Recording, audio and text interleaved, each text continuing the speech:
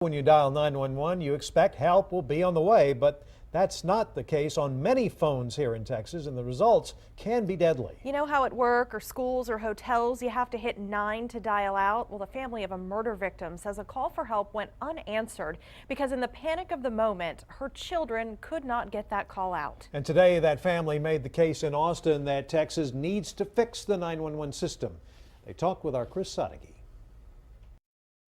Last December at this Marshall, Texas hotel, Kari Dunn was stabbed to death. Her estranged husband, the suspect. Dunn's 9-year-old daughter saw it happen and dialed 911 4 times, but never got help. I felt guilty because we had told her to dial 911. Dunn's father, Hank Hunt, knows his granddaughter did exactly what she was taught, what we're all taught. If you ever need help, dial 911, and that's what she did, and we let her down. 911 didn't work because at this hotel you had to dial 9 first for outside calls. Hunt says that's a problem and wants Kari's Law to be the answer. Any device, anywhere, anytime, 911.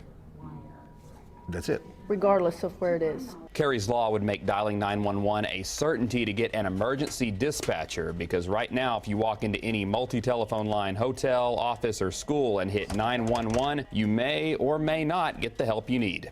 Some hotels we've stayed at said dial 6821 for emergency. Well, who's going to answer that? She did not know to dial a 9 first. On Wednesday, Hunt was in Austin speaking at the Commission on State Emergency Communications workshop, once again telling the story of his daughter's death, hoping it will save someone else's life. I believe Texas does have some legislation concerning 911, but it's not a consistent legislation. And the consistency they want is 3 digits that work each time, every time. From downtown Austin, Chris Sadeghi, KXAN News. The American Hotel and Lodging Association conducted a survey and found 45% of franchised hotels did not require an access code for 911. Among smaller, independent hotels, that number is even lower, just 32%. Taking a broader look now, some governments already have Kari's Law on the books.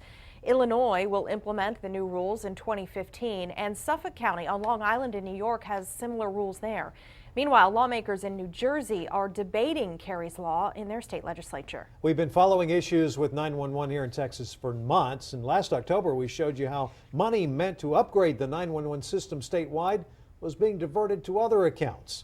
The next generation 911 is supposed to make it easier to get help by text message and other means.